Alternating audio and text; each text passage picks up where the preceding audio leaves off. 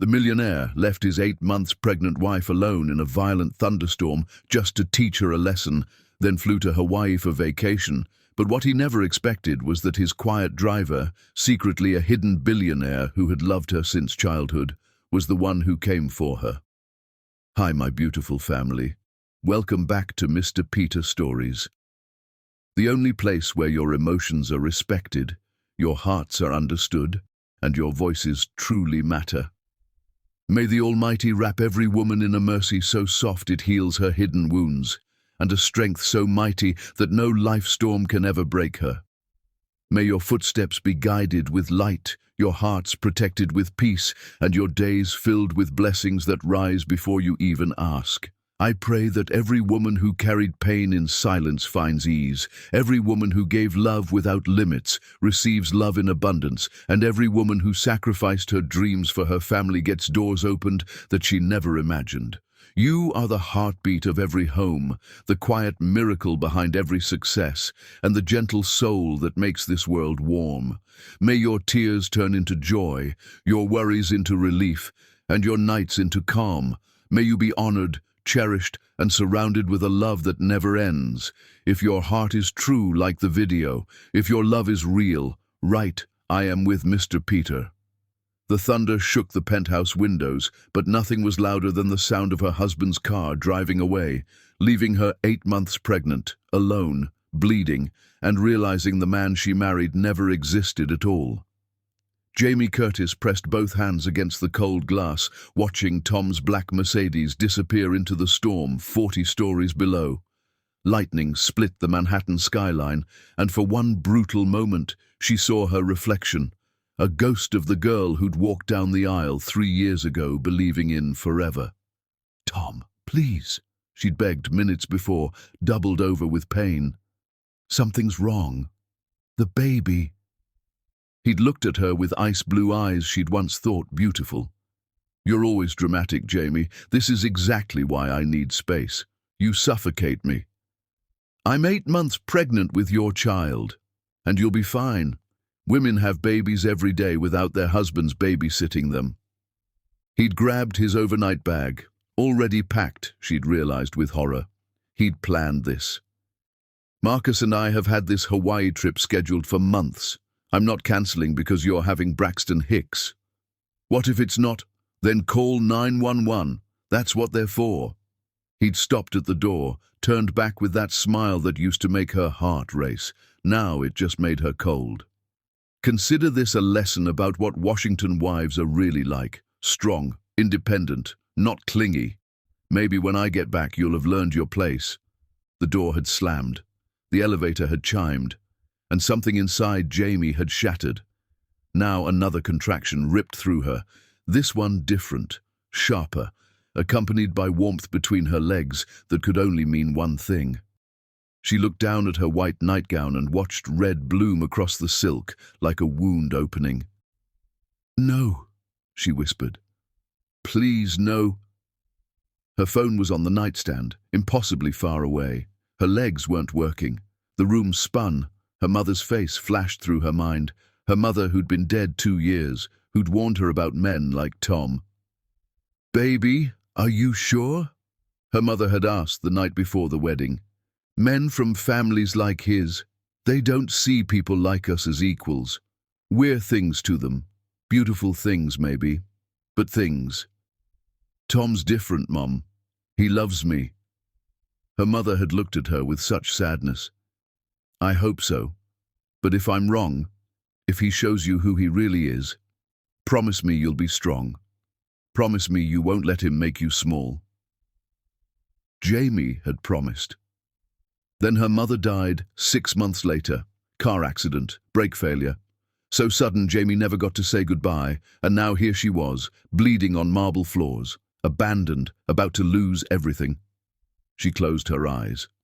Footsteps, running. Fast, heavy, strong hands lifted her like she weighed nothing, a voice she knew but had never heard sound like this, urgent, terrified, furious.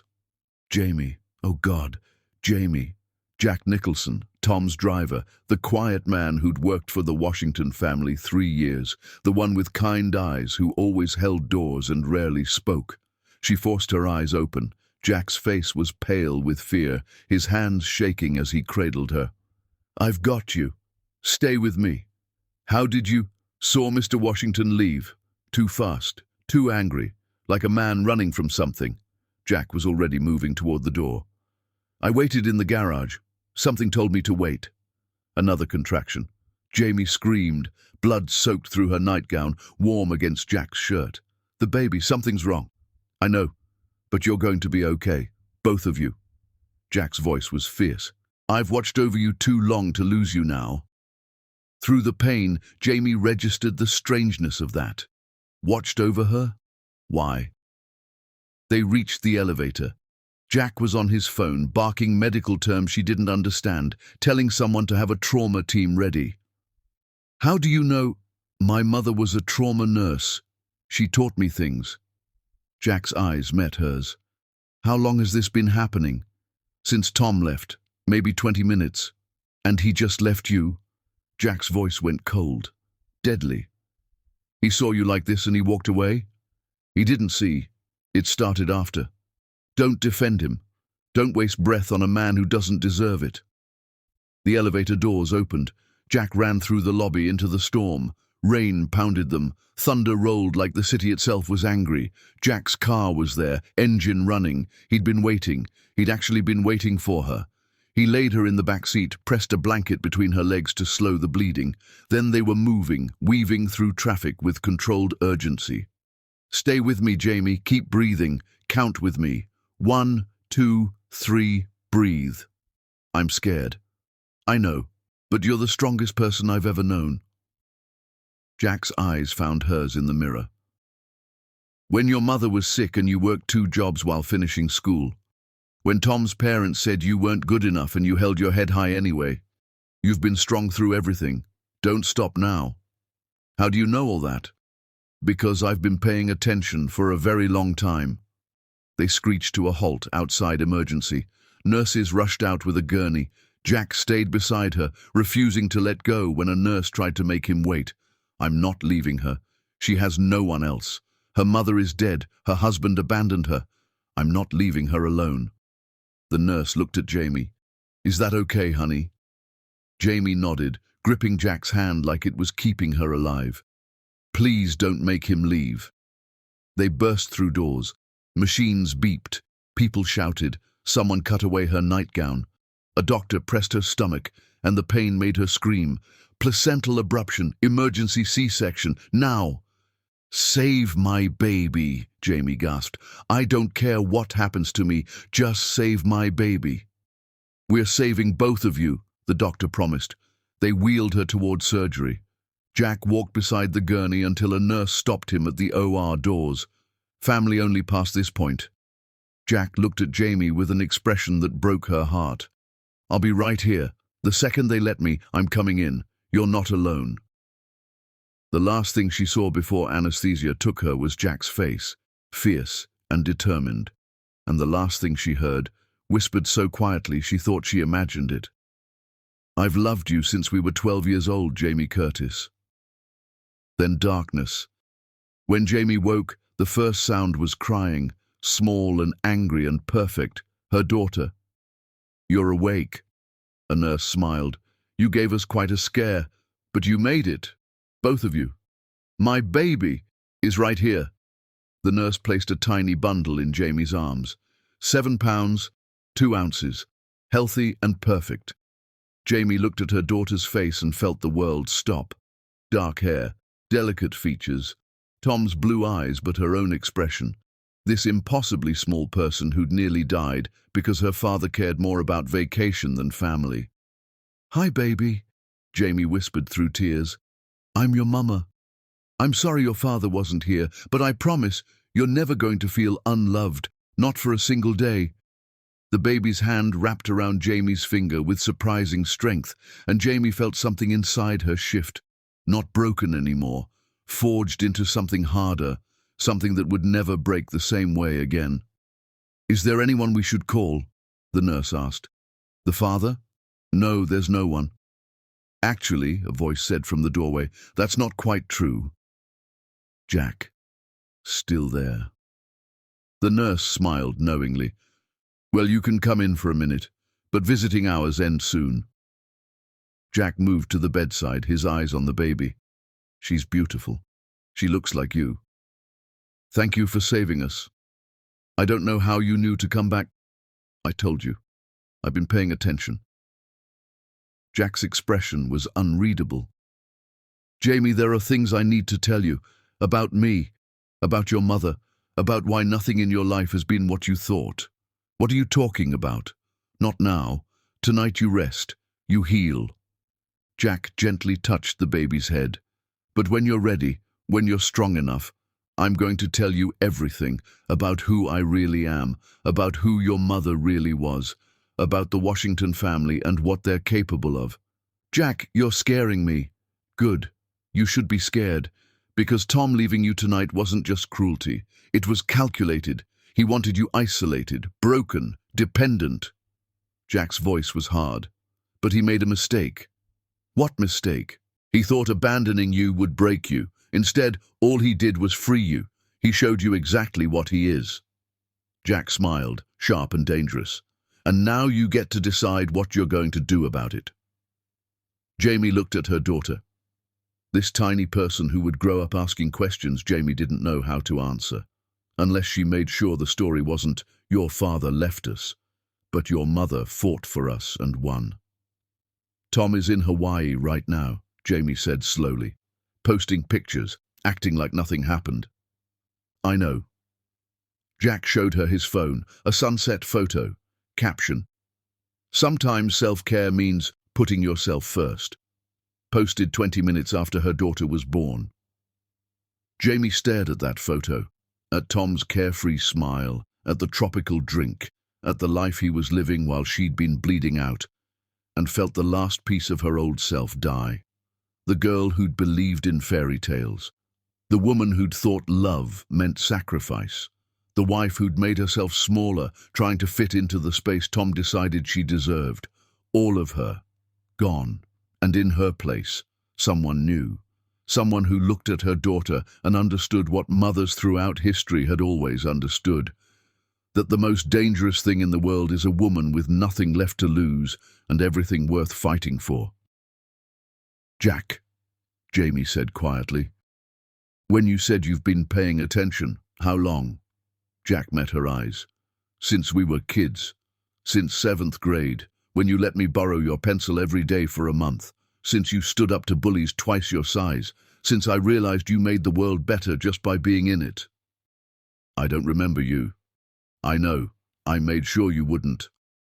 Jack glanced at the nurse. But I'll explain everything, when you're ready.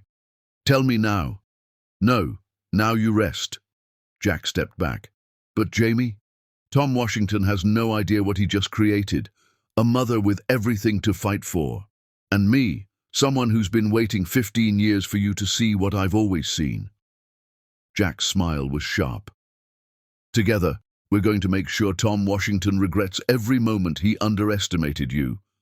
The nurse shooed Jack out. Visiting hours were over, but as Jamie settled back with her daughter, she thought about Jack's words. 15 years, since before Tom, since before everything. Who was Jack Nicholson? And why had he been watching her so long? Tomorrow she'd find out. Tomorrow she'd start asking questions she should have asked all along. But tonight she held her daughter close and made promises. I will protect you. I will teach you your worth.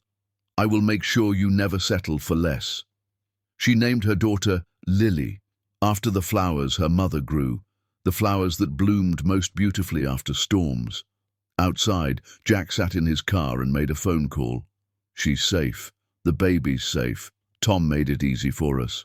Good, a woman's voice said, a voice that should have been impossible. Is she ready? Not yet, but she will be. Then we wait. And when she's ready, we tell her everything. About me. About what really happened when I supposedly died. About who the Washingtons really are. Jack ended the call and looked up at the hospital window. I've got you, Jamie, he whispered, and now you're finally going to see what you really are. Not the maid's daughter, not Tom Washington's wife, not someone's victim, but something the Washingtons should have feared from the beginning. A woman who'd been powerful all along. A woman about to discover exactly how dangerous she could be. Tom Washington had left his wife in a storm, thinking he was teaching her a lesson. He was teaching her a lesson, just not the one he intended. He was teaching her that the rules didn't apply to her anymore, and that the woman he'd underestimated for 3 years was about to become his worst nightmare. 2 weeks passed. Jamie healed. Lily grew stronger. And Tom's Instagram continued posting sunset photos, beach dinners, helicopter tours. A man on permanent vacation from responsibility. Jamie didn't call him, didn't text, didn't beg him to come home. She just waited and planned and listened to Jack's cryptic promises about truths she needed to hear.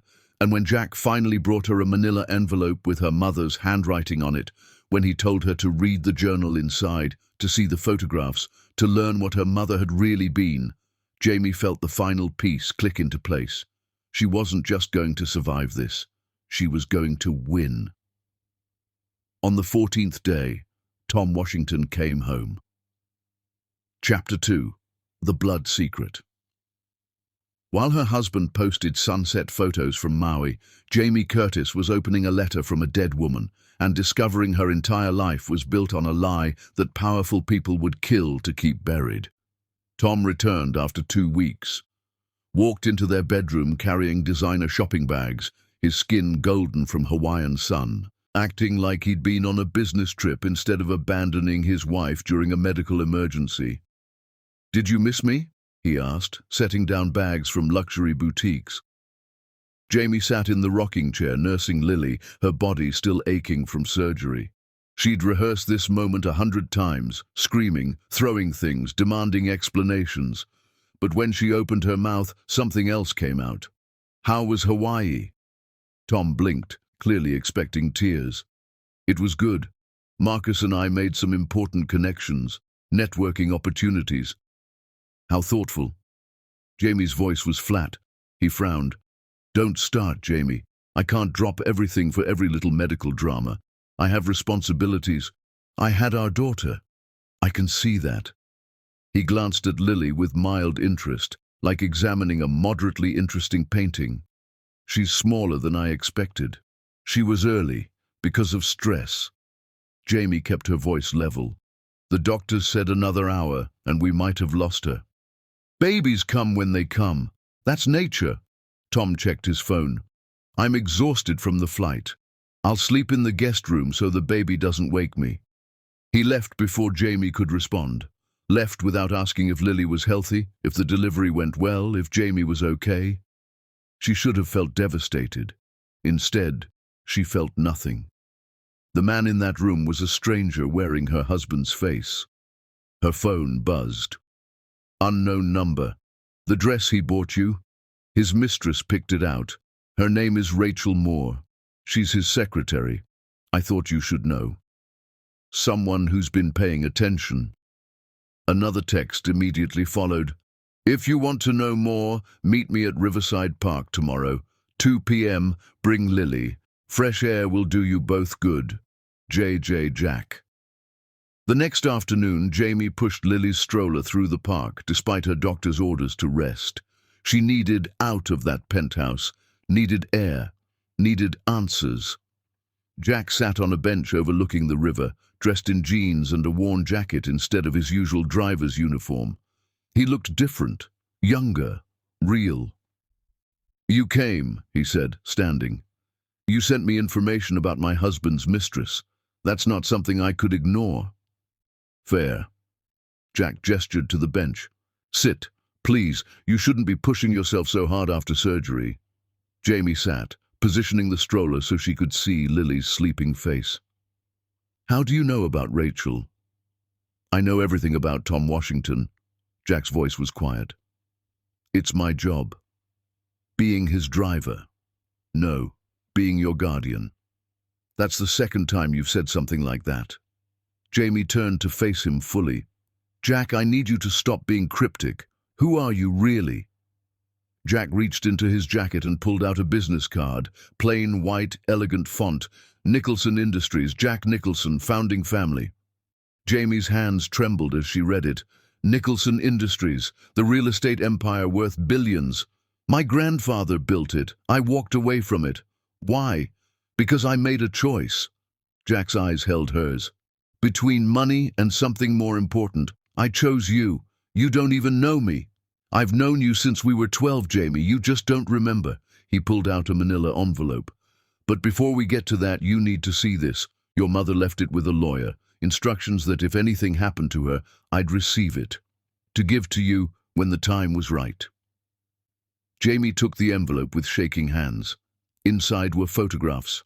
Her mother, young and beautiful, with a man who looked like an older version of Tom. Intimate photos, love letters in her mother's handwriting. And a note, recent. If you're reading this, something has happened to me. Don't trust the Washingtons. Don't trust the accident. And Jamie, I'm sorry for the secrets. I protected you the only way I knew how. What is this? Jamie whispered. Your mother was more than the Washingtons' housekeeper. 28 years ago, she was Sophia Ashford, daughter of a wealthy businessman. She had a relationship with Thomas Washington Sr., Tom's father. The world tilted. My mother had an affair with Tom's father. More than an affair. She had a child with him. Your brother, Alexander. Alex. Jack's voice gentled. You had a brother, Jamie. He was 3 years old when he died. Drowned at the Washington family's country club. I never... Jamie couldn't breathe.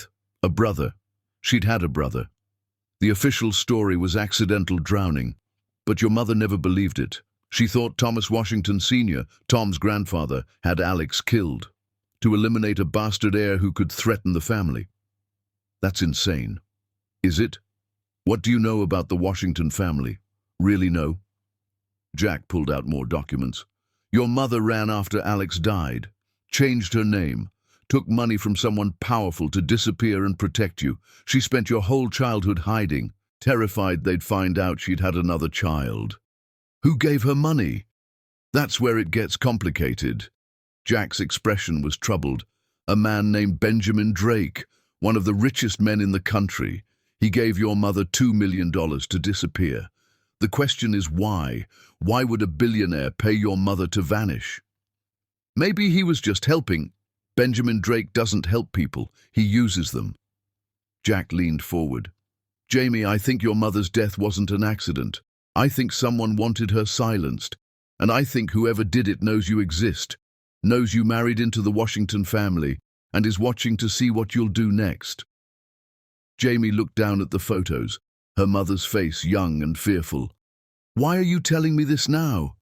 Because Tom abandoned you. Because you almost died. Because that baby changes everything. Jack's voice dropped. And because I can't watch you be destroyed by people who've been planning this for decades, you deserve to know the truth. What truth? That my mother had secrets? That I'm connected to families I don't understand? Jamie's voice rose. What am I supposed to do with this information? Use it. Protect yourself. Protect Lily. Jack pulled out one more photo. This was taken at your wedding. See the man in the background? Jamie looked. A distinguished older man, silver-haired, watching the ceremony with intense interest. That's Benjamin Drake. At your wedding, uninvited, watching. Why would a billionaire who supposedly cut ties with your mother 25 years ago show up at your wedding? I don't know. Neither do I. But I'm going to find out. Jack stood. In the meantime, be careful. Trust no one in the Washington family. And Jamie, your mother's last words to the paramedics before she died. She said, tell my daughter the devil made a deal and someday he'll come to collect. The words hung in the air like a curse. Jamie left the park in a daze, her mind spinning with impossible information. Brother, affair, Benjamin Drake, devil's deal. When she returned to the penthouse, Catherine Washington sat in her living room like a queen on a borrowed throne. You're late, Catherine said, not looking up from her phone. Punctuality matters. I was at the park. Lily needed air. Babies don't need air. They need routine. Catherine finally looked at the infant, her expression unreadable. She has the Washington eyes. That's something. Jamie bit back a dozen responses. Did you need something? I came to discuss your future. Tom tells me you've been difficult. Difficult. Emotional, demanding, questioning his decisions. Catherine's voice was ice. Tom is under pressure with work. He doesn't need a wife making everything about her feelings. He left me alone during a medical emergency. He went on a business trip. Don't be dramatic. Catherine sipped tea that had appeared from nowhere. Women have been having babies for millennia without their husbands holding their hands. Something snapped inside Jamie. 3 years of biting her tongue. 3 years of being small. But Jack's words echoed. You used to be extraordinary. You're right, Jamie said quietly. Women have been having babies forever. Some of them died alone because their husbands valued business over family. I almost died, Catherine. Your granddaughter almost died. If you can't see the problem with that, then this conversation is pointless. Catherine's teacup froze halfway to her lips. Excuse me? I said what I said.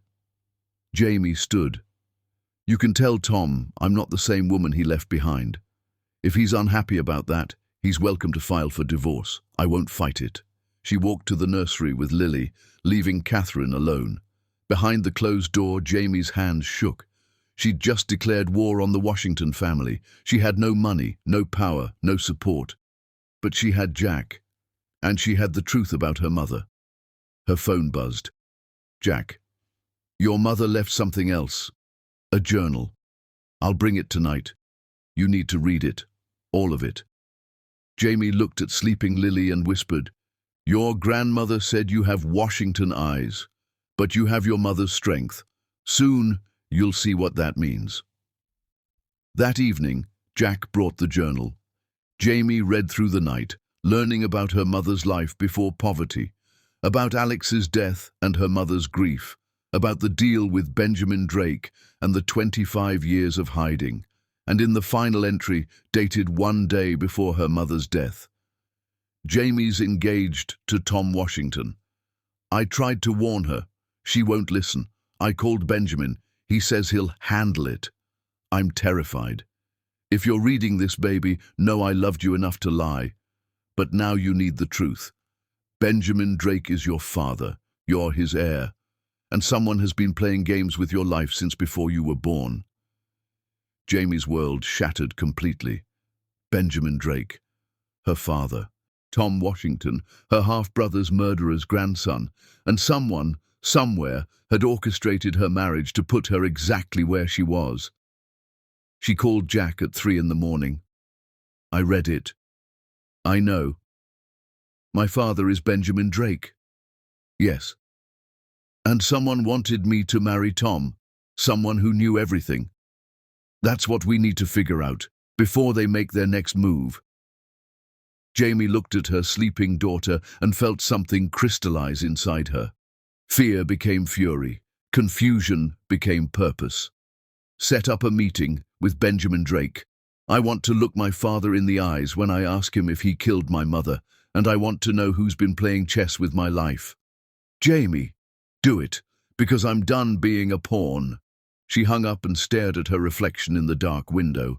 Tom thought he'd married a weak woman he could control. The Washingtons thought she was beneath them. Benjamin Drake thought she was a tool he could use. They were all about to learn the same lesson. Jamie Curtis was extraordinary, and extraordinary women don't just survive. They conquer. Chapter 3. The game she didn't know she was playing. Jamie Curtis thought she was starting to fight back. She didn't realize she'd been a chess piece in someone else's game since the day she was born. Drake Tower rose above Manhattan like a glass monument to power. Jamie stood at the private entrance, Lily with a trusted nanny Jack had vetted, and felt like she was walking into a trap. The door opened before she knocked. A woman in an immaculate suit smiled professionally. Ms. Curtis, Mr. Drake is expecting you. The elevator was glass and gold, rising through the building with the city sprawling below. Jamie watched the ground fall away and thought, This is how my mother must have felt, ascending into a world where different rules applied. The penthouse office was overwhelming, floor-to-ceiling windows, art worth millions. And behind a desk that could double as a dining table, Benjamin Drake, 60 maybe, silver at the temples, lines around his eyes that spoke of hard decisions. When he stood, his presence filled the room. "Jamie," his voice was warm, almost paternal. "You look so much like Sophia, it's startling." "Are you my father?" Drake's smile was slight. "No small talk?" "Good. I despise wasted time." He gestured to a chair. "Sit, please." "Answers first." "Fair enough. Yes, Jamie, I'm your biological father. Your mother and I had a brief affair when she was 19. When she started seeing Thomas Washington, I assumed that chapter was closed. Then I learned she was pregnant. The timing matched our affair, not Thomas's involvement." "So you just watched while she struggled?" "I offered everything. Money, protection, marriage. She refused. She loved Thomas." Drake's voice carried an edge, or thought she did. By the time she realized what the Washingtons were, she'd already had Alex. "My brother. Your brother, whose death was my greatest failure." Drake moved to the window. "I should have protected him, should have seen what Thomas Washington Sr. was capable of, but I underestimated a family's willingness to commit murder." "You think they killed him?" "I know they did. I spent a fortune investigating. The nanny disappeared. Security footage malfunctioned. Thomas Sr. paid off the coroner." Drake turned, his eyes hard. "Your brother was 3 years old. They murdered him because he threatened their precious legacy. And my mother, also murdered, but not by the Washingtons." Drake pulled out a file. Someone else wanted her dead. Someone who needed certain secrets buried. "Who?" "That's what I've been trying to discover for 2 years. Drake slid the file across. "Everything I know is here. But Jamie, this isn't just about your mother. Someone orchestrated your marriage to Tom. Someone who knows everything about your family, the Washingtons, me, and they're planning something that's been in motion for decades." "Why me?" "Because you're a bridge. My daughter, connected to the Washingtons through your mother. You link two of the most powerful families in this city, and whoever orchestrated this understands that bridges are useful for crossing over or burning down." Jamie opened the file. Financial records, photos of her mother's car accident, investigations that led nowhere. And one note: "Follow the money. 5 million transferred to offshore account 3 days before Sophia's death. Source unknown." "What do you want from me?" Jamie asked. "I want to give you something. Your inheritance." Drake pulled out papers. $5 billion, resources, protection, everything you need to fight back. "In exchange for what?" "Nothing. This isn't a transaction." Drake's expression softened. "I failed Sophia. I failed Alex. I won't fail you. Whether you accept my help or not, the money is yours. But I hope you'll let me teach you how to use it. Because money without strategy is just numbers." Before Jamie could respond, the elevator chimed. Jack stepped out, his face dark. "You weren't supposed to come alone," Jack said. "And you weren't supposed to interfere." Drake's tone was cool. "Hello, Jack. Still playing protector? Still playing puppet master?" The tension was electric. Jamie looked between them. "You two know each other?" "Our families have been business rivals for 40 years, Drake said smoothly. "His grandfather hated me. Jack walked away from billions rather than work with me. Isn't that right?" "I walked away from criminals," Jack shot back. "Criminals is harsh. I prefer opportunist." "Stop," Jamie stood. "I don't care about your rivalry. I care about who killed my mother and who orchestrated my marriage. Can you help with that or not?" Drake smiled. "She has fire. I like that." "She has a right to answers," Jack corrected. "Fine. Truth." Drake's smile faded. "I don't know who orchestrated your marriage, but I know it's someone with resources rivaling mine, someone who can manipulate events across decades, someone patient." He pulled out another file. 3 possibilities. 1, Catherine Washington. She knew about Sophia and Thomas. She had motive to want Sophia dead, and you controlled. But why marry me to her son? To keep you close, to control Thomas Sr.'s bastard daughter's child, to ensure you never claimed inheritance or caused scandal. Drake shrugged. Catherine is vindictive. Making her husband watch his son marry his former mistress's daughter would be exactly her revenge. Possibility two? Jack asked. Someone in my organization, someone wanting to use Jamie as leverage against me. Drake's expression was grim. I've made enemies. One might have discovered I had a daughter and decided to use her as a weapon. And three? Jamie whispered. Your mother wasn't who you thought. Before Thomas, before me, Sophia had a life you knew nothing about. What if someone from that past orchestrated this, someone with their own agenda? That's insane. Your mother was the daughter of a millionaire who lost everything in a bad business deal. She was educated at European boarding schools. She spoke 4 languages. She had connections to families that make the Washingtons look like nouveau riche. Drake's voice was quiet. The struggling single mother in Queens, that was her disguise. The real Sophia was someone much more dangerous. Jamie sat down hard. Every answer led to more questions. Jack moved to her side. This is too much. She needs to understand the game, Drake countered. Someone killed Sophia. Someone is using Jamie. And whoever it is isn't done yet. Then help me, Jamie said. If you're really my father, help me figure this out. Drake pulled out papers. Sign these. They transfer your inheritance into your control. $5 billion. Everything you need to fight back, or walk away. Go back to Tom's penthouse. Pretend you never learned any of this. Jamie stared at the papers. $5 billion. Power to destroy Tom. Resources to find her mother's killer. Ability to protect Lily. But also attachment to Drake. A man who admitted he manipulated, controlled, saw the world as a chessboard. If I sign, what do you get? A daughter, a legacy, an heir. That's not an answer. Fine, I get an ally in the Washington family, information on their dealings, a bridge to a world closed to me for decades. Honest enough? At least it's truth. Jamie picked up the pen and signed. As she finished, Drake smiled. Welcome to the game, daughter. I'm not playing your game. I'm playing my own. Jamie stood. And I'm going to win. She left with Jack following.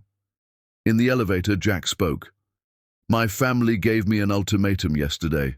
Stop helping you or they'll disown me completely. Cut me off from everything. Jamie turned, stricken. And? I chose you. I always choose you.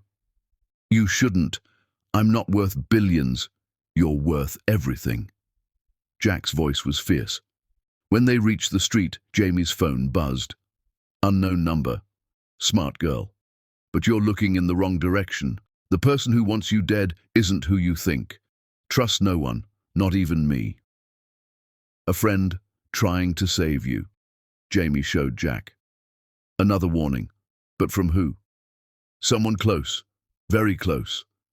As they drove away, Jamie realized she was truly alone. Drake might be using her. Jack might be compromised.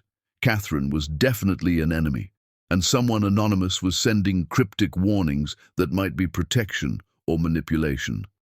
She pulled out her phone and opened a new contact. Benjamin Drake, father. She typed, "Find who in your organization might be using me. I'll investigate the Washingtons. Jack will research my mother's past. We compare notes in 1 week."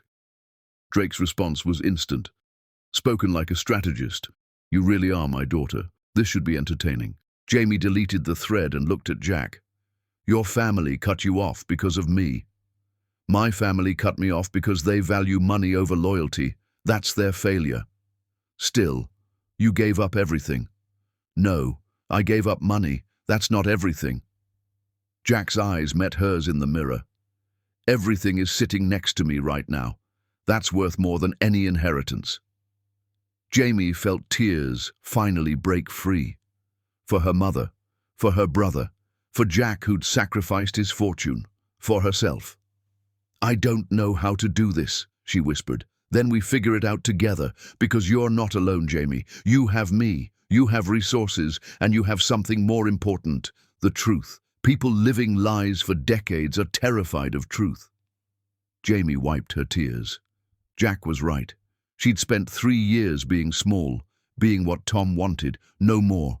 She was Benjamin Drake's daughter, Sophia's legacy, a mother fighting for her daughter's future, and she was done being anyone's pawn. As she entered her building, her phone buzzed. "Tom, where have you been?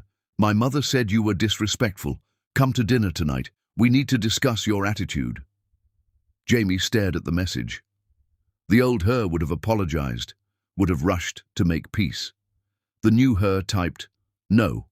1 word, 2 letters, a lifetime of submission ending. Tom's response, "Excuse me?" Jamie turned off her phone. Let him wonder, let him worry, because the game had changed, and Jamie Curtis was done being played. Chapter 4. The price of loyalty. Loyalty costs nothing when you have everything to give.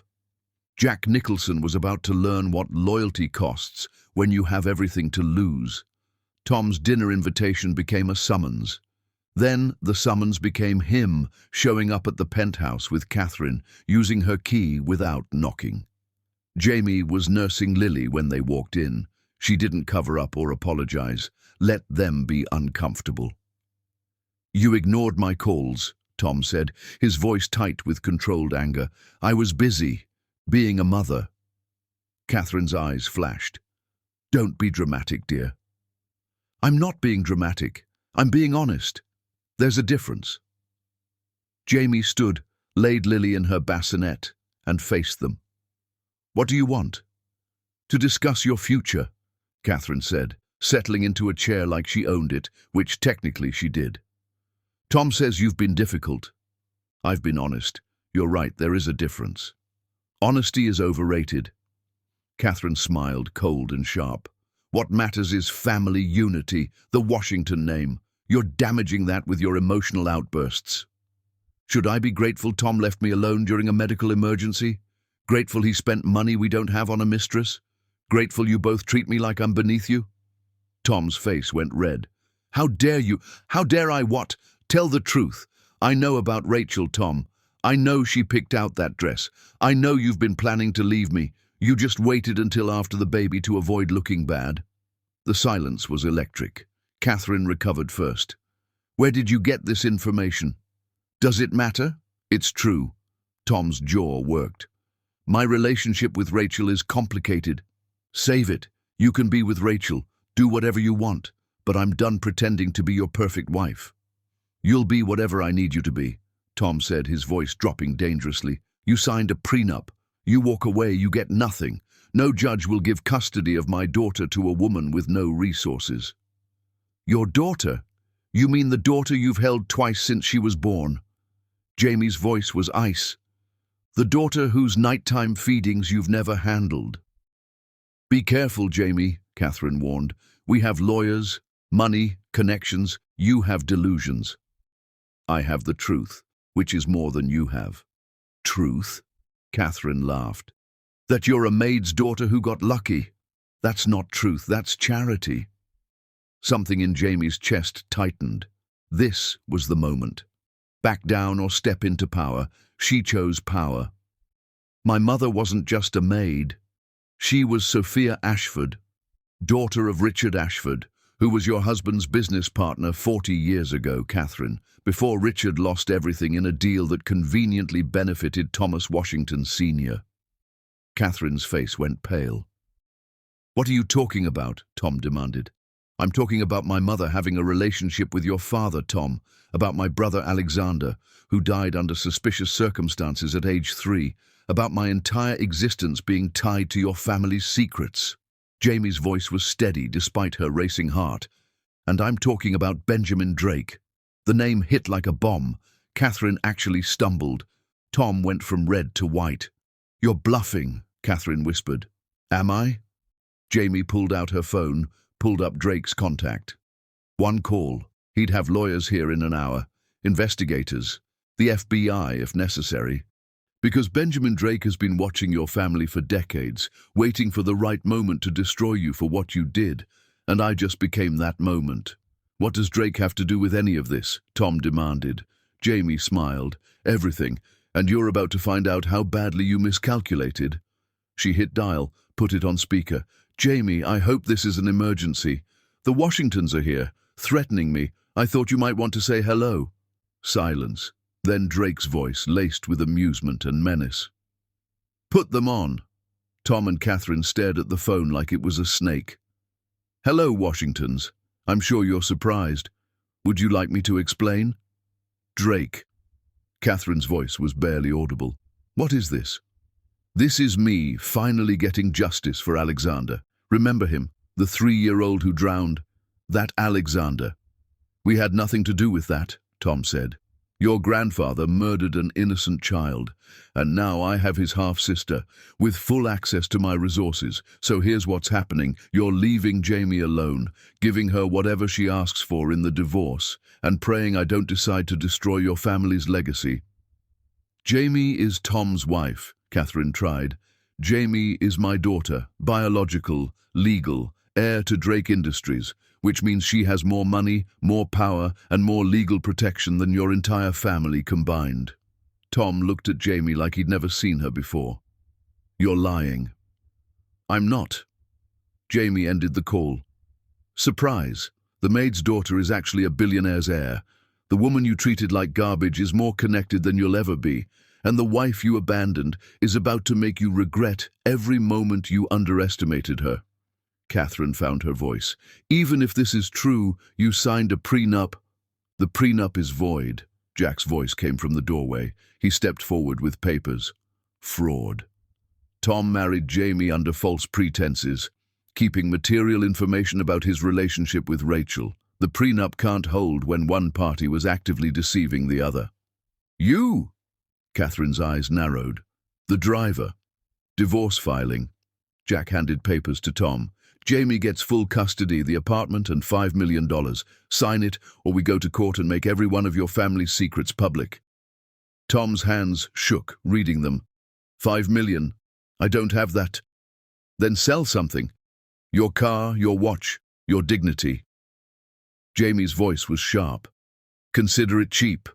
What Drake would charge for my brother's death is significantly higher. We can fight this, Catherine said, voice uncertain.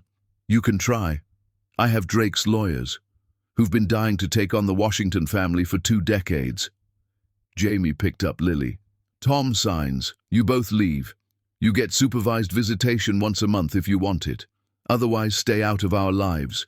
You can't take my daughter. I can and will, because you're not a father. You're a sperm donor who spent 2 months proving you have no interest in being a parent. Jamie's voice broke slightly. You left me in a storm. You abandoned us. You treated me like nothing. Sign the papers or spend your life in legal battles you can't afford and can't win. Tom looked at Catherine. She was a mask of fury and fear. Finally, Tom grabbed a pen and signed, movements jerky. You'll regret this, he said. I've given up nothing. I've gained everything. Jamie took the signed papers. Now get out. And Catherine, if you ever speak to me or my daughter the way you did today, I'll make sure Drake dedicates his resources to destroying not just your reputation, but every business deal your family has pending. Catherine opened her mouth, closed it, turned and left. Tom followed, looking back once with pure hatred. When the door closed, Jamie's legs gave out. Jack caught her. You did it. Did I? Or did I just paint a target on myself for everyone pulling strings? Maybe both, but you're free now. Jamie looked at the divorce papers, Tom's angry signature stark on the page, 3 years ending in 5 minutes and a scrawled name. Her phone buzzed. Drake. Magnificent. You're a natural. Call me tomorrow. Whoever orchestrated your marriage just lost control of you. They're going to respond. Be ready. Jamie set down the phone. He's right. Someone wanted me married to Tom. Now that I'm not, they'll make a move. Let them. You have resources now. You have me. But I don't know who I'm fighting. Then we figure it out, together. Lily started crying, wanting to be fed. Jamie sat down, exhausted and terrified and exhilarated. She'd just declared war on one of the city's most powerful families, claimed an inheritance from a father she barely knew, pushed away the only life she'd known, and she had no idea what came next. But for the first time in 3 years, she felt like herself. Not Tom's wife, not the maid's daughter, just Jamie, scared and powerful and ready to fight. Outside, Catherine sat in her car and made a phone call. It's worse than we thought. Drake knows. Jamie knows. Everything is falling apart. The voice on the other end was calm. Good. This is exactly what we needed. Let them think they've won. Let them feel safe, because the real game is just beginning, and by the time they realize what's happening, it will be too late. Catherine hung up and smiled. Jamie Curtis thought she'd won her freedom. She had no idea she'd just stepped into the deadliest trap of all. Chapter 5. The Ghost Who Never Died. Jamie Curtis thought the most dangerous person in her life was her father. She was about to meet the woman who made Benjamin Drake look like a saint and discover that her mother's death was the greatest lie ever told. The call came at 3 in the morning. Not Drake, not Jack. A number Jamie hadn't seen in 3 years. A number that should have been disconnected when her mother's phone was destroyed in the car accident. Her mother's number. Jamie stared, convinced she was hallucinating from stress and exhaustion. Lily cried in the next room. The phone kept ringing. She answered. Hello. Silence. Breathing. Then a voice that made time stop. Hello, baby. Jamie dropped the phone. It clattered against the nightstand, the voice continuing, tinny and impossible and achingly familiar. Don't hang up. I know this is a shock. I know you have questions, but listen carefully. We don't have much time. Jamie picked up the phone with shaking hands. This isn't real. You're dead. I saw the police report, the death certificate. You saw what I needed you to see. I'm alive, Jamie, and I've been watching you, making sure you survived long enough to be ready for what comes next. Ready for what? Meet me tomorrow, noon.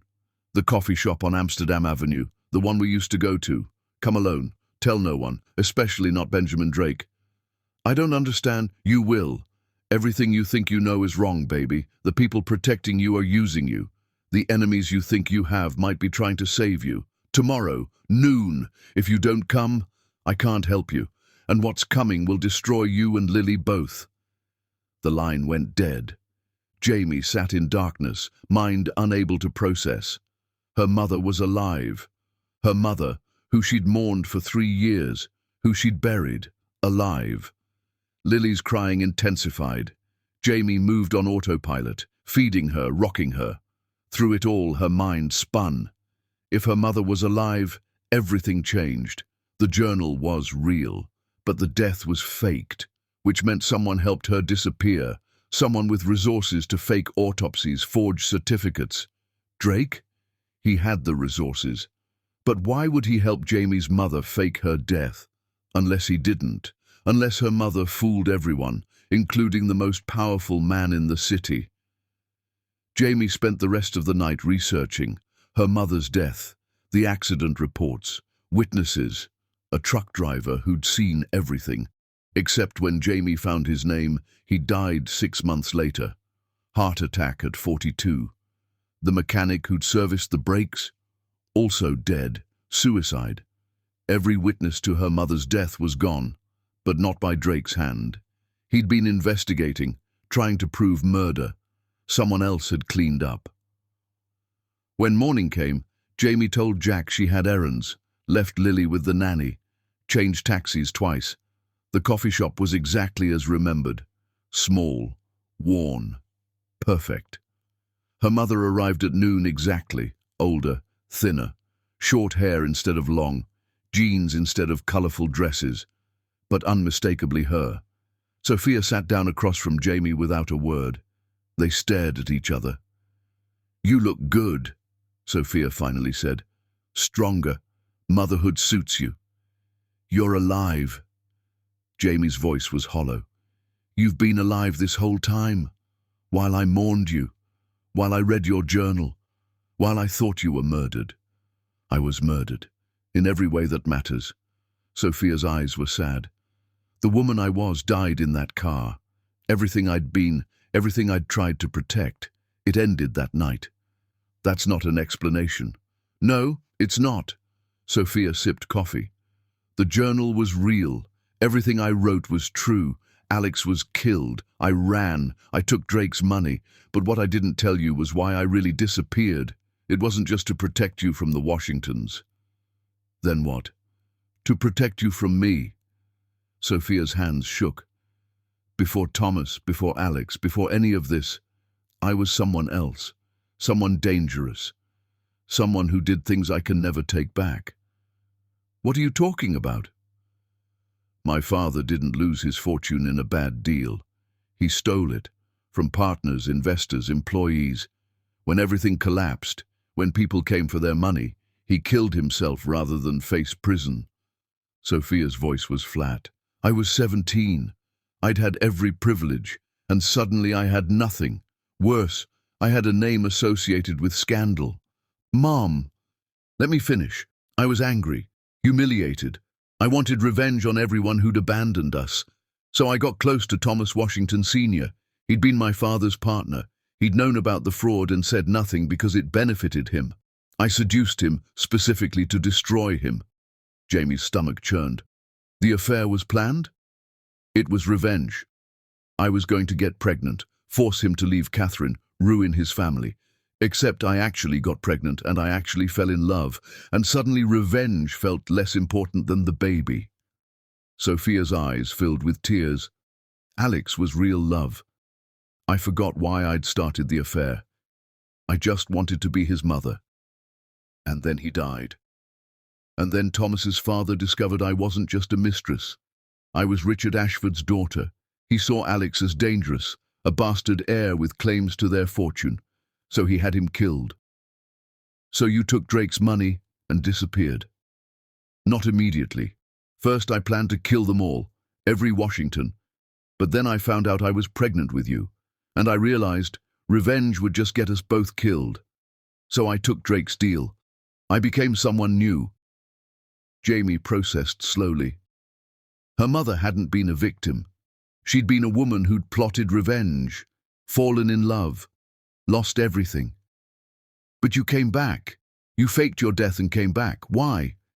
Because you married Tom. You walked right into the family that killed your brother. And I knew someone orchestrated it. The Washingtons didn't know who you were. Drake swore he didn't arrange it. So someone else was moving pieces. Who? That's what I've been trying to figure out. Sophia leaned forward. And I found something. Alex didn't die. Not completely. Jamie's breath stopped. What? The child who drowned was 3 years old. Alex. But what if they didn't kill him? What if they took him? That's insane. Is it? The Washingtons are obsessed with legacy. What if someone saw an opportunity? A child with Washington blood who could be raised without my influence, a spare heir no one knew about. You're saying my brother was kidnapped and everyone thought he was dead. I found records, adoption papers, a child adopted by a wealthy family in Connecticut 3 weeks after Alex's death, age matched, description matched. The adoptive parents? Connected to Thomas Washington's law firm. Jamie felt like she was drowning. If Alex is alive, he'd be 32. He could be anyone. He could be someone you've met, someone close, someone watching without you knowing he's your brother. Sophia's eyes were intense. I think Alex orchestrated everything. I think he's the one who wanted you married to Tom, and I think he's coming for you next. Why? If he's really my brother. Because he doesn't know you're his sister. He was raised by the Washingtons, probably told his birth mother abandoned him. He probably thinks he's avenging a family that rejected him. Jamie pulled back. This is too much.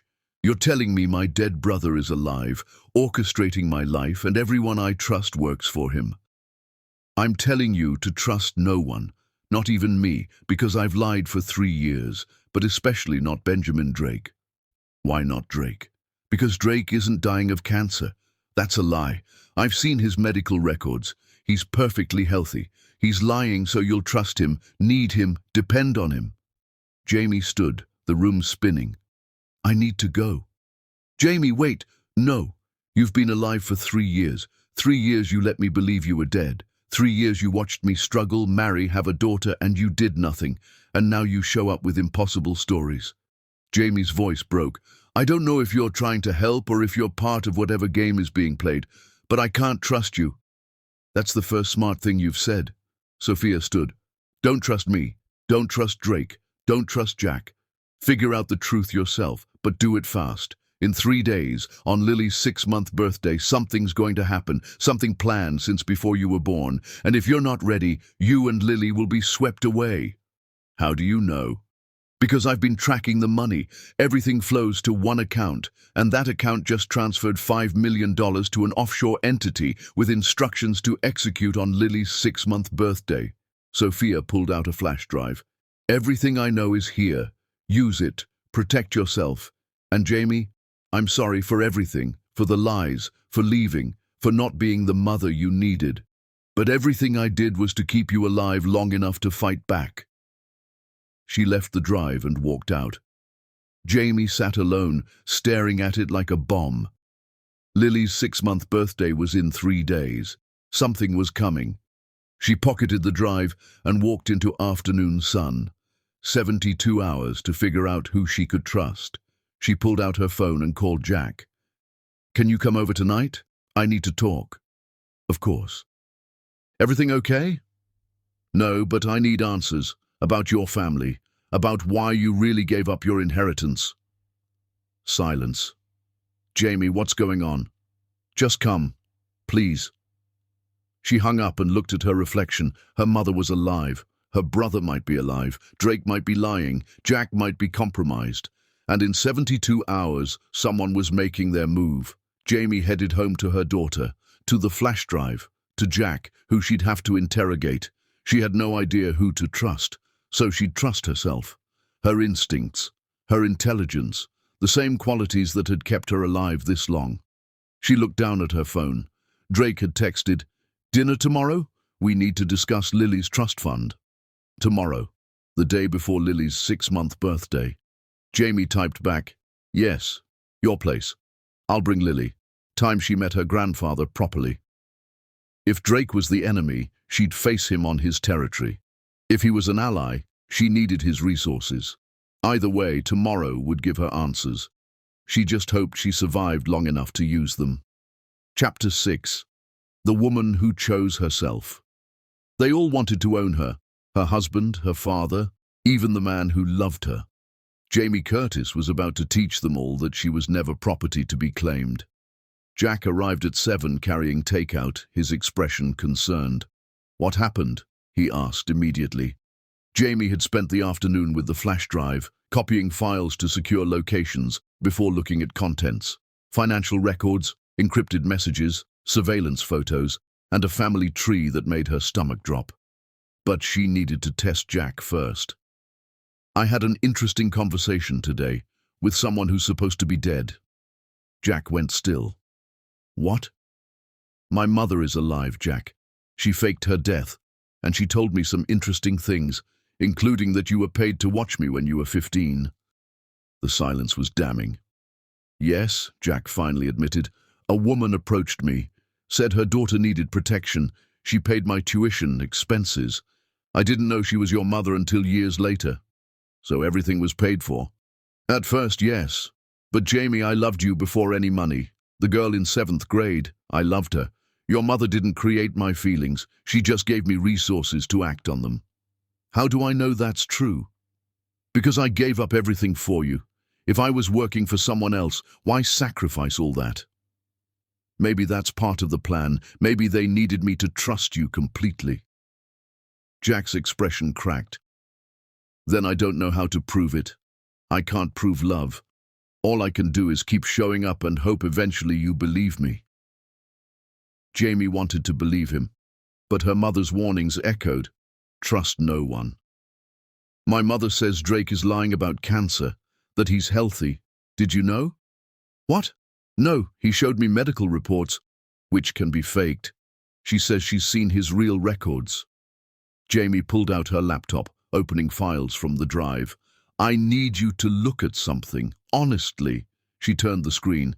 A family tree. At the top, Thomas Washington Sr. and Sophia Ashford. Below, Alexander, age 3, listed as deceased, with a note, adopted by Robert and Margaret Ashford, Connecticut. Jack's eyes widened. Ashford, your mother's maiden name. Exactly. What if the couple who adopted Alex were distant relatives, people my mother knew but who worked for the Washingtons? Jamie pulled up another file. My mother found adoption records. A 3-year-old boy, adopted 3 weeks after Alex's death. Robert Ashford worked for the Washington family's law firm. And if he's alive, he'd be 32 now. What if my brother has been orchestrating everything, using a different name, working his way close to the Washingtons, close to me, planning revenge against everyone who took him? Jack studied the tree. If this is true, your brother doesn't know you're his sister, which means he's been planning something against the family that abandoned him. And I'm part of that family through Lily. Jamie's voice dropped. In 2 days, on Lily's 6-month birthday, something happens. My mother tracked $5 million transferred with instructions to execute that day. Then we tell Drake, no. If Drake's in on it, that plays into his hands. If he's not, I need him to think everything's normal while I figure out who's really pulling strings. Jamie closed the laptop. Tomorrow I'm having dinner with Drake. You're going to do background research on anyone connected to my mother's past, named Ashford. We both pretend we don't know what's coming. This is dangerous. Everything is dangerous. But the alternative is waiting and hoping I survive. Jamie moved to check Lily. My daughter is turning 6 months old in 2 days. I want that to be a celebration, not a crime scene. So I'm figuring out who wants to hurt us and why.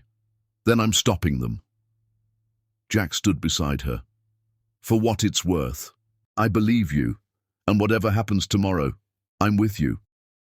I want to trust you, but my mother said people I think are protecting me are using me, and you were literally paid to stay in my life. By your mother, who was protecting you, or by someone pretending to be my mother. Jamie's voice broke. I can't trust anything anymore. Jack turned her to face him. This is real. Right now. Me choosing to help even though you just accused me of being a spy. Your daughter sleeping because you fought to keep her safe. Your mother trying to warn you. Those are real. Hold on to that. Jamie let herself lean against him briefly, then pulled back, armor snapping into place. Tomorrow. Drake's penthouse. I need you to plant surveillance equipment beforehand. I want to record everything. What are you going to say? I'm going to tell him I'm scared, that I need protection, that I want to give him more control over Lily's trust fund. Jamie's smile was cold. I'm making him think he's won, that I'm weak and desperate. And if he believes you, then he'll reveal what he really wants. People get careless when they think they've won. After Jack left, Jamie sat with her laptop, studying files, financial transactions spanning decades, photos of people whose faces were circled in red, photos of Catherine with an older man, their body language intimate. At the bottom, a video file labeled, Play This Last. Jamie clicked it. Grainy footage from a hidden camera. Drake's office, Drake behind his desk, Catherine across from him. Can't keep her in the dark forever, Catherine said. She's smarter than anticipated. She's exactly as smart as she needs to be. Drake's voice was cold. Everything's proceeding according to plan. The divorce went through. She has the money. She trusts me. In 3 days, we'll have everything. And the boy? Doesn't suspect. He thinks he's working for me, gathering intelligence. He has no idea what he really is. When will you tell him? Never. Why would I? He's more useful thinking he's nobody than knowing he's Alexander Ashford. Catherine leaned forward. And Jamie? Drake's smile made Jamie's blood run cold. Jamie will serve her purpose. She'll give Lily to my care.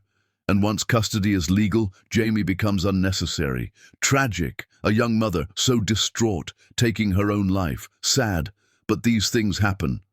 The video ended. Jamie sat frozen. Drake and Catherine, working together, planning her death, using her brother without him knowing. Her phone buzzed. Her mother. "Did you watch? Now you know.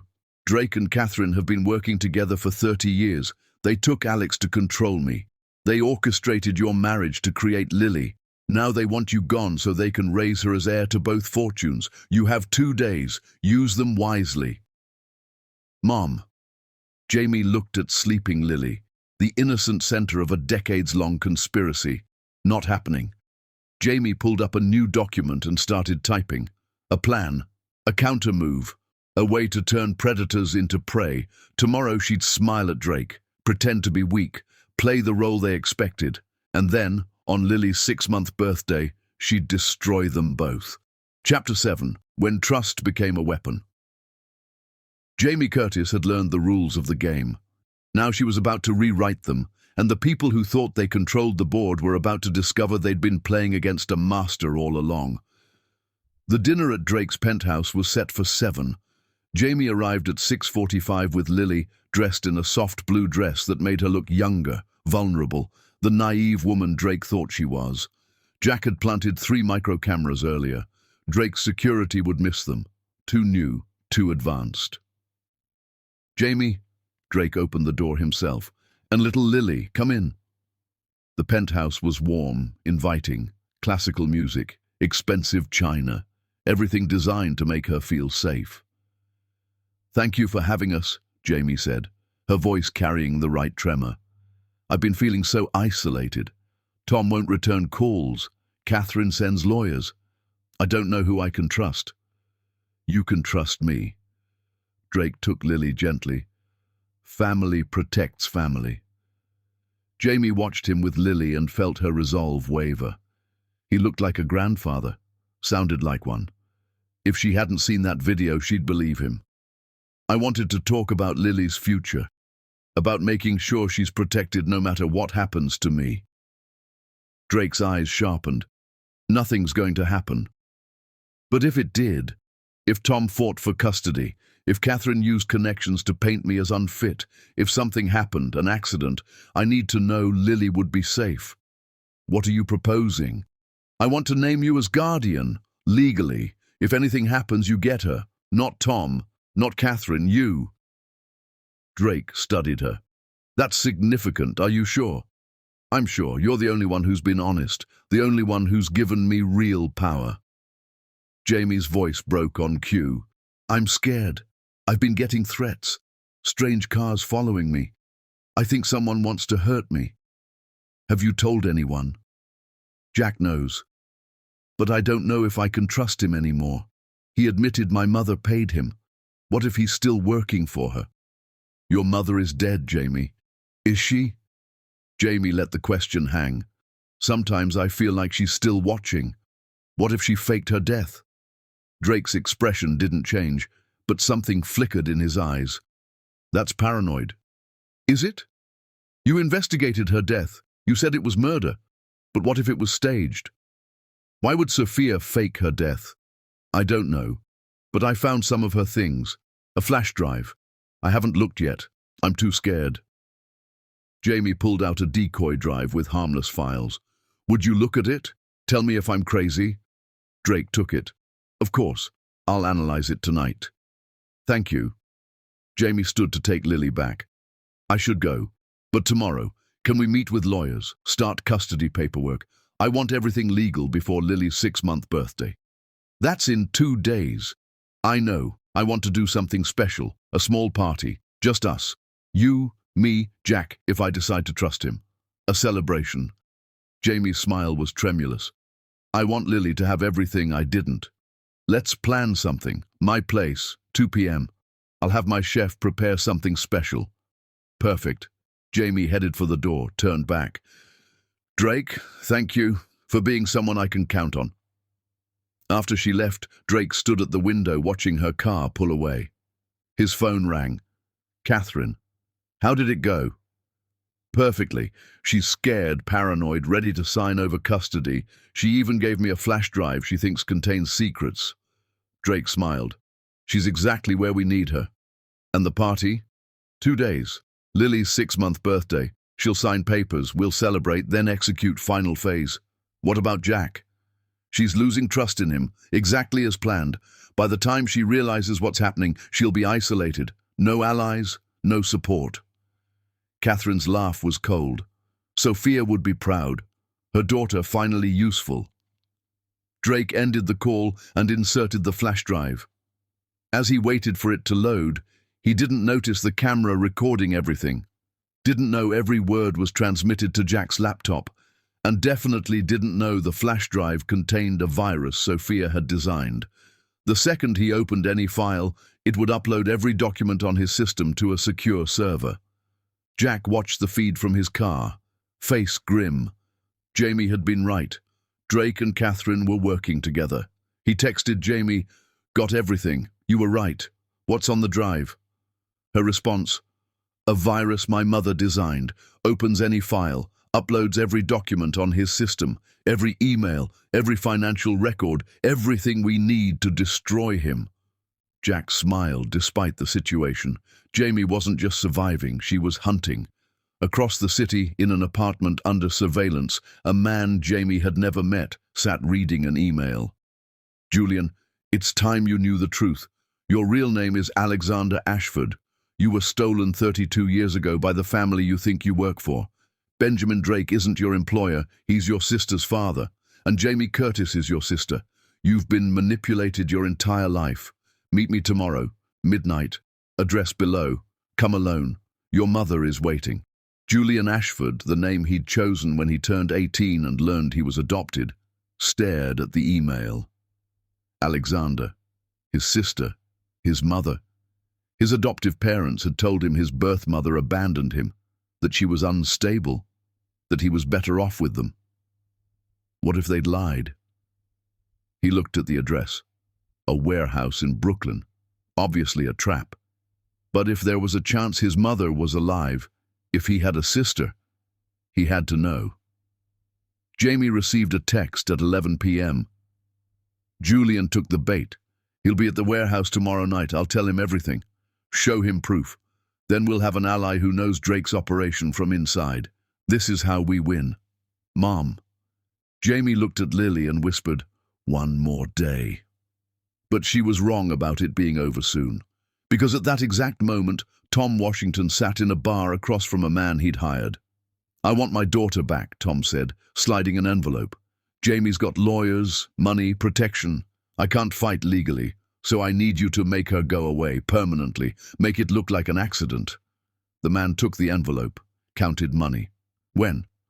"Tomorrow night. Some party at Drake's penthouse. Jamie will be there with the baby. Security will be tight, but that's what I'm paying for." Tom's voice was cold.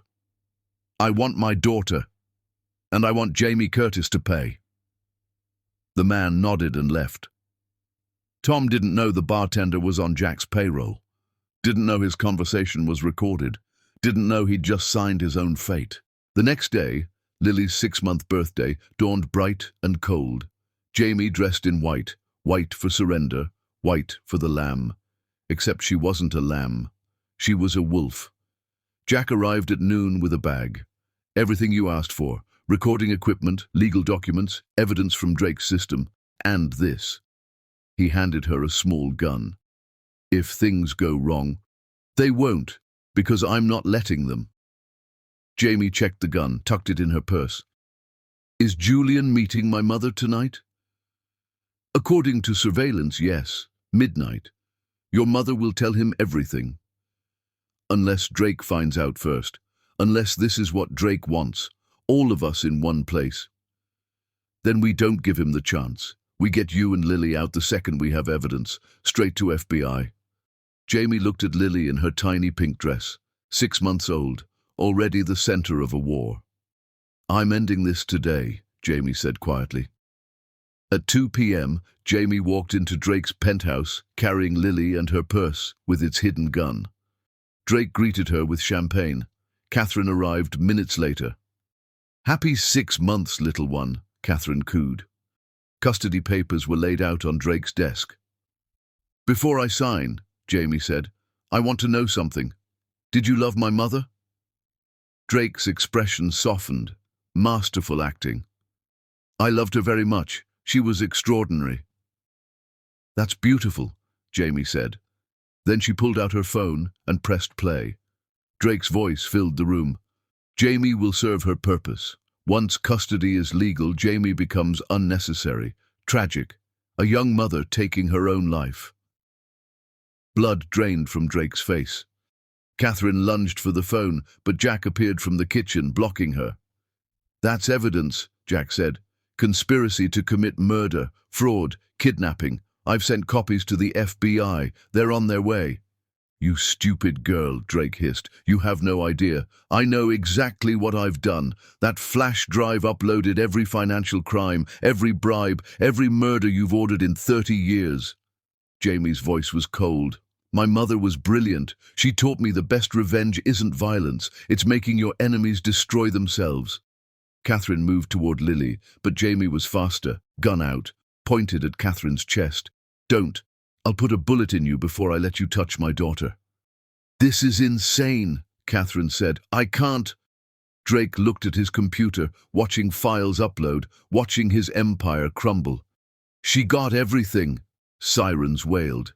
The FBI had arrived. I forgot to mention, Jamie said. My mother. She's been working with FBI for 2 years, since she faked her death, gathering evidence. Today she testified before a grand jury about Alex's kidnapping, about 32 years of conspiracy. Alex is dead, Catherine spat. No, he's alive. His name is Julian Ashford. Right now he's meeting our mother and learning exactly what you did. Jamie smiled. You took my brother, tried to kill my mother, orchestrated my marriage, planned my death, tried to steal my daughter, but you made one mistake. What's that? You assumed I'd be like my mother, scared, running. You never considered I might be like you, ruthless, strategic. Jamie nodded to Jack, who opened the door for FBI. Enjoy prison. As Drake and Catherine were led away in handcuffs, Jamie held Lily close. Tom was arrested an hour later, charged with conspiracy to commit murder. At midnight, Julian met his mother for the first time in 32 years. Sophia showed him photos, DNA tests, adoption records. I searched for you, Sophia said, tears streaming, for years. You should have told me, Julian said, voice breaking. I could have known my sister. I know, I'm sorry, but Jamie, she's extraordinary, and she needs you. Sophia looked at photos of Jamie and Lily. Will you help protect her? Julian looked at his sister, family he'd never known. Yes, he said. Tell me what you need. And for the first time in 32 years, Alexander Ashford came home. Chapter 8. The Aftermath of War. 6 months after Drake and Catherine's arrest, Jamie Curtis stood in a courtroom listening to verdicts that would close one chapter of her life and open another. Benjamin Drake, you have been found guilty of conspiracy to commit murder, fraud, kidnapping, and racketeering. 25 years in federal prison without possibility of parole. Drake's expression was empty. The powerful man looked small in his orange jumpsuit. He glanced at Jamie once. She didn't look away, didn't give him the satisfaction of her fear or her tears. Catherine Washington, you have been found guilty of conspiracy to commit murder, accessory to kidnapping, and obstruction of justice. 15 years in federal prison. Catherine's face was rage incarnate. As they led her away, she hissed at Jamie. You destroyed everything. I destroyed people who destroyed lives, Jamie said simply. That's not something to be ashamed of.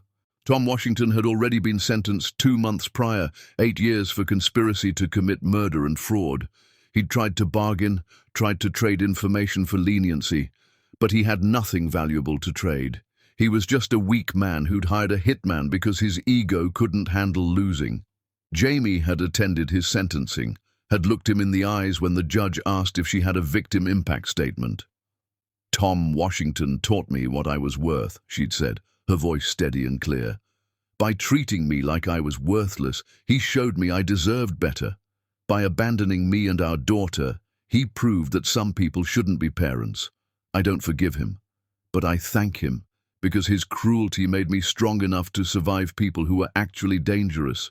His weakness forced me to find my own strength, and for that I'm grateful." Tom had looked away, unable to meet her gaze. She'd walked out without looking back. Now, standing outside the courthouse with Lily in her arms and Jack beside her, Jamie felt the weight of the past year finally lifting. The New York autumn air was crisp, the sky brilliantly blue. Reporters shouted questions, cameras flashed, but Jack's security team kept them at bay. "It's really over," Jack said quietly. "This part is." Jamie looked at her phone, where Sophia had texted, "Julian and I are at the apartment. Come home when you're ready. We're making dinner." Mom, home. The word still felt strange and wonderful. For the first time in her life, home wasn't a place defined by whoever controlled it. It was people. Her mother, who'd done terrible things for complicated reasons. Her brother, who'd been stolen but was found. Jack, who'd proven his loyalty in every way that mattered. And Lily, who would grow up knowing her family fought for her. At the apartment, Sophia opened the door with tears in her eyes. She'd testified against Drake and Catherine, her immunity deal protecting her from prosecution for faking her death and the various frauds she'd committed to stay hidden. She'd spent 6 months rebuilding a relationship with the daughter she'd lied to for 28 years. It wasn't easy. Some days Jamie couldn't look at her. Some days the anger was too fresh, the betrayal too raw. But slowly, painfully, they were learning to be mother and daughter again. Not the relationship they'd had before, but something new, something built on truth instead of protection. "How did it go?" Sophia asked, though she already knew. She'd watched the proceedings on the news. "They're going to prison for a very long time," Jamie said, stepping inside. "It's done." Julian, Alex, emerged from the kitchen wearing an apron, a wooden spoon in his hand. He'd quit his job the day he learned the truth, had spent months helping the FBI build their case against Drake and Catherine. Now he was still figuring out who Alexander Ashford was after 32 years of being Julian, the adopted son who'd never felt like he quite belonged anywhere. "Hey sis," he said when Jamie walked in. The words still sounded strange to both of them, but it was getting more natural every day. "I'm making Sophia's recipe for chicken marsala. Apparently it was your favorite when you were a kid." "I don't remember that," Jamie admitted. "You were 4, Sophia said softly. "You wouldn't, but you used to ask for it every birthday." Jamie felt something tighten in her chest. All those years of birthdays celebrated with just her and her mother in their small Queens apartment. Her mother working 3 jobs but always making sure there was a special dinner. She'd thought they had nothing back then. Now she realized they'd had everything that mattered. "It smells amazing," Jamie said, setting Lily down in her playpen, where she immediately grabbed her favorite toy, a stuffed elephant Jack had given her. They sat down together. The family that had been torn apart by violence and greed and lies, now stitched back together with threads of forgiveness and hard-won truth. Imperfect, damaged, but real. Sophia cleared her throat. "I've been thinking about what comes next. Drake Industries is being dissolved, assets sold off to pay restitution to his victims. But there's a trust fund that was set up for you before any of his crimes, Jamie. $5 billion, legal, untouchable by the courts." "I don't want Drake's money," Jamie said immediately. "It's not Drake's money. Not anymore. It's yours. Your inheritance as his biological daughter. The courts can't touch it because it was established before his criminal enterprise." Sophia's voice was gentle. "You can refuse it, or you can use it to help other women who were trapped the way you were. Women who need someone to believe them when they say they're in danger."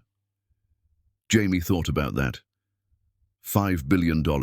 Enough money to start shelters in every major city, fund legal aid for women who couldn't afford lawyers, create safe houses and relocation programs, enough to make sure what happened to her never happened to anyone else.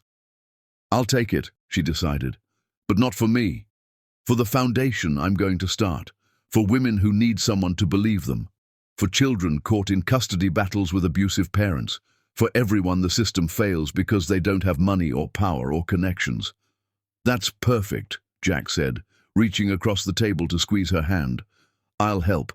My family's been in philanthropy for 3 generations. We have connections to non-profit networks, legal organizations, social services. We can build something real. The Ashford Curtis Foundation, Julian suggested, for both of the women who fought to protect their children, even when they made mistakes. Jamie looked at her mother, who was crying quietly. The Ashford Curtis Foundation, she repeated, for the women who survived, and for the women still fighting too. Thank you, Sophia whispered. 3 months later, the Ashford Curtis Foundation opened its doors in a renovated brownstone in Brooklyn. The media covered it extensively. The woman who'd taken down Benjamin Drake and Catherine Washington, who'd exposed decades of corruption and conspiracy, was now dedicating her life and her unexpected inheritance to helping others escape the kinds of traps she'd been caught in. The foundation offered legal services, emergency housing, financial planning, therapy, and most importantly, belief. They believed women when they said they were in danger. They believed children when they described abuse. They believed survivors when everyone else called them liars. Tom's parents, Thomas Washington Sr. and his new wife, a kind woman named Patricia, who was nothing like Catherine, reached out asking to meet Lily. Jamie refused at first. The Washington name still carried too much pain, too many bad memories. But Sophia advised her to reconsider. She should know where she comes from, the good and the bad, so she can choose who she wants to be.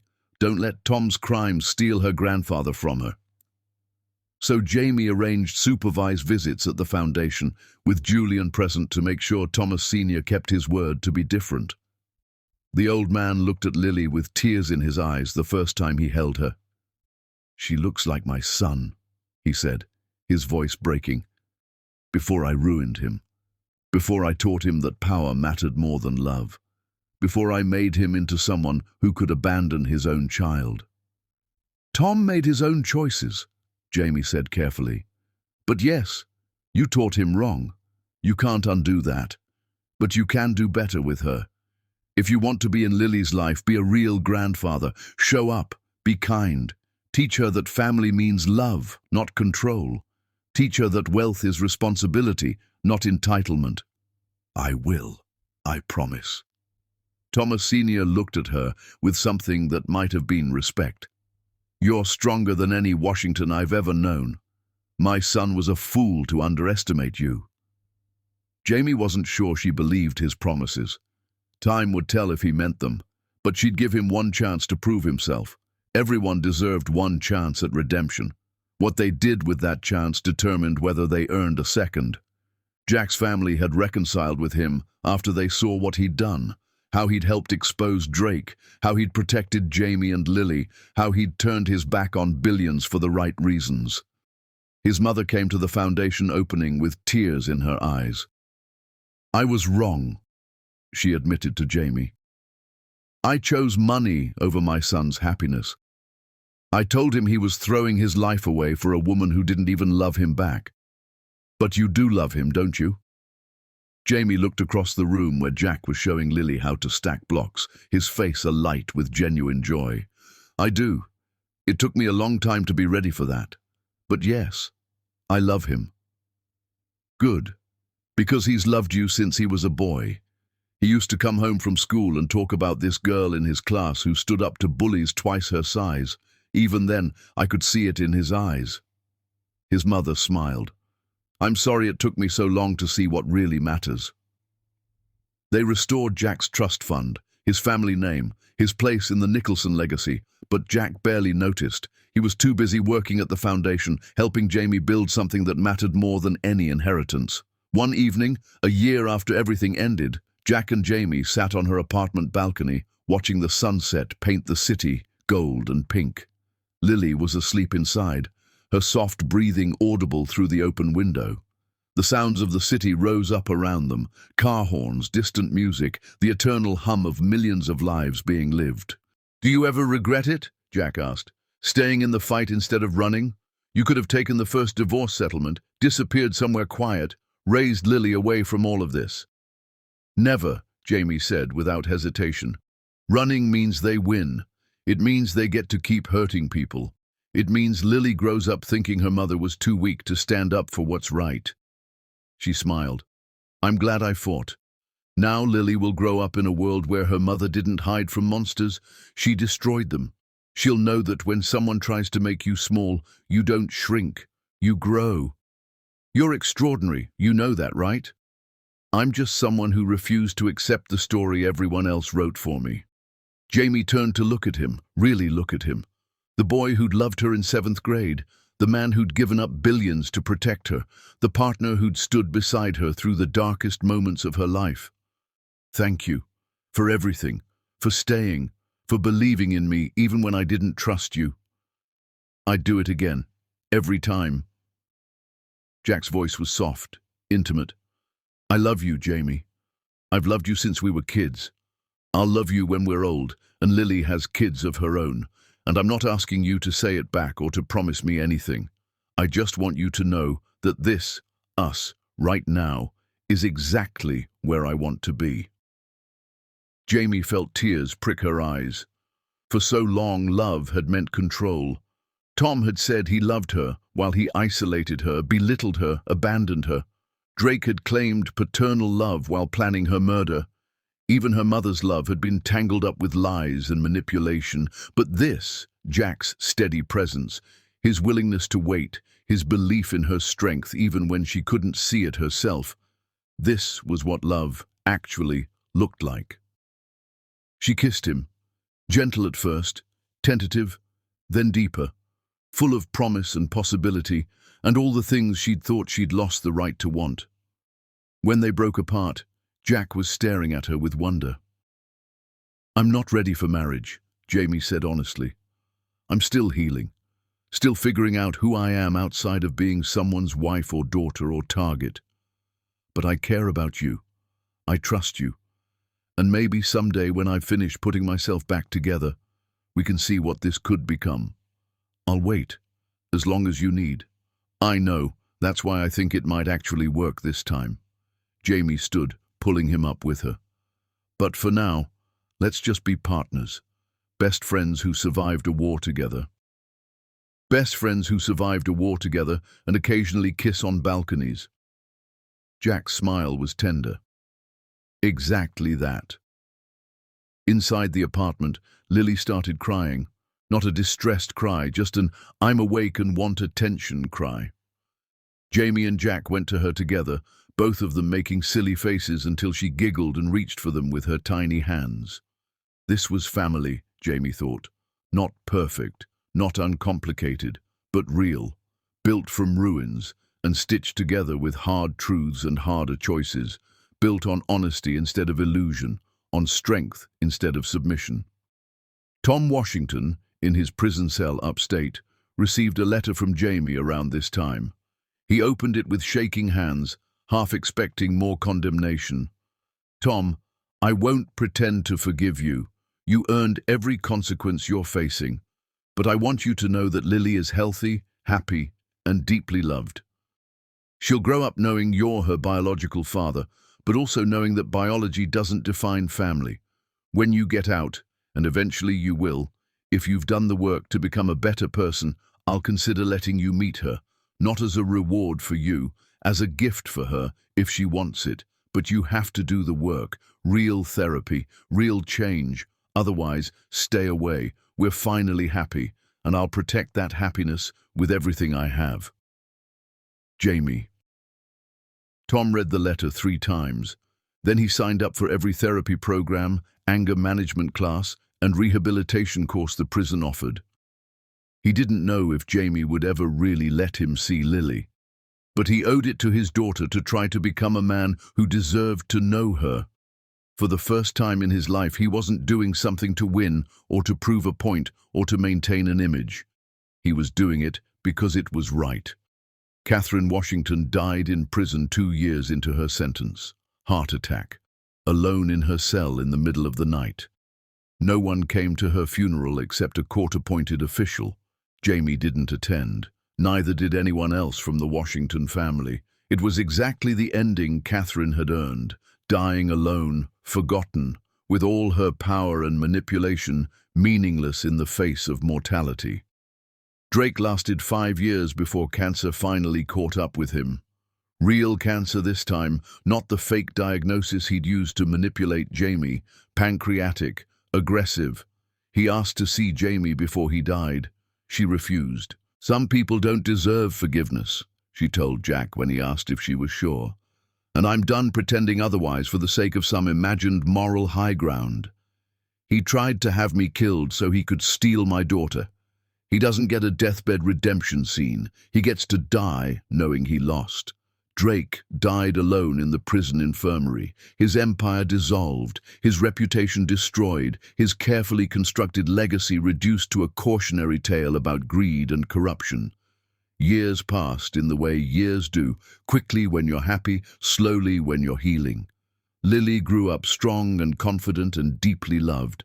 She went to excellent schools funded by her trust fund, but Jamie made sure she also volunteered at the foundation, helped serve meals at homeless shelters, understood that wealth was a responsibility, not a prize. When Lily was 7, she asked the question Jamie had been preparing for. "Mummy, why doesn't my daddy live with us?" Jamie knelt down to her daughter's level. "Because your daddy made some bad choices. He hurt people, including me. And when you hurt people, there are consequences. Your daddy is in a place where people go when they break important rules." "Is he a bad person?" "He's a person who did bad things. That's different. People aren't all good or all bad. We're complicated. Your daddy loved the idea of being powerful more than he loved being kind. And that made him into someone who couldn't be trusted to take care of the people he was supposed to love." "Do you hate him?" "No, I don't hate him. I'm sad that he made the choices he made. I'm sad that you don't get to have a father who shows up for you, but I don't hate him. Hate takes too much energy, and I'd rather use that energy loving you." Lily thought about this for a long moment. Then, "I have Uncle Julian and Jack. Are they like my daddies? They're your family. They're men who show up for you, who love you, who want to see you grow up happy and strong. That's what matters, not biology, not titles, just showing up and meaning it." When Lily was 12, Tom was released from prison. He'd served his full sentence, completed every program, worked with a therapist to understand and change the patterns of behavior that had made him capable of such cruelty. He wrote to Jamie asking if he could meet Lily, just once, just to apologize and let her know he existed. Jamie talked to Lily about it, explained who Tom was, what he'd done, why he'd been gone. "Do you want to meet him?" Jamie asked. Lily considered this seriously. "Is he safe now?" "I think so. But we don't have to. It's your choice. I want to meet him, once, so I can decide for myself who he is." They met in a supervised room at the foundation, with Jamie and Julian present. Tom looked older, thinner, worn down by prison and regret. When he saw Lily, tears streamed down his face. "You look like your mother," he said. "You have her strength in your eyes."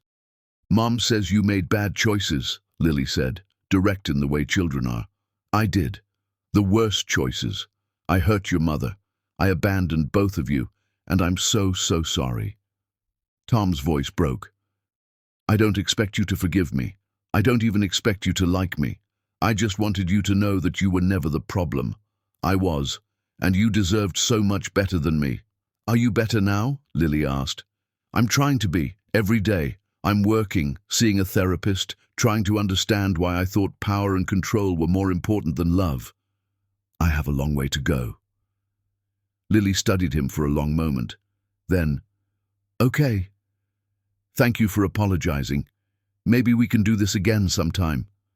If Mum says it's okay." After they left, Tom sat alone in that room and cried. His daughter had given him more grace than he'd given anyone in his entire life. She'd given him a maybe, a door left slightly open. It was more than he deserved. Jamie and Jack finally got married when Lily was 10, in a small ceremony at the foundation with just family and close friends. No society wedding, no magazine coverage, no performance for people who didn't matter. Jack's vows made everyone cry. I loved you when you didn't know your own power. I loved you when you loved someone else. I loved you when you thought love meant suffering. Now I get to love you while you love yourself. And that's the greatest honor of my life. Jamie's vows were equally powerful. You taught me that love isn't grand gestures or expensive gifts or words without action. It's showing up, every single day, in thunderstorms and quiet mornings, in moments of terror and moments of joy. You saved my life the night my daughter was born, but really, you've been saving my life since we were kids, and now I get to spend the rest of my life being grateful for that. Sophia, watching her daughter marry a man who truly loved her, finally allowed herself to believe she'd done at least one thing right. She'd kept Jamie alive long enough to find her own strength. Everything else, the lies, the fake death, the years of separation, all of it had been worth it to see this moment. Julian gave Jamie away, and as he walked her down the aisle, he whispered, I'm glad I found you, sis. Glad I got to see you become who you were always meant to be. Years later, when Lily was 18 and preparing to go to college, Jamie took her to the foundation for a serious conversation. This is your inheritance, Jamie said, gesturing at the building, at the women and children finding safety and support within its walls.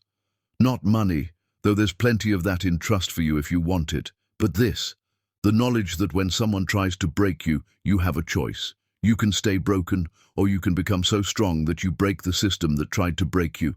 You can be a victim, or you can be a survivor who helps other survivors.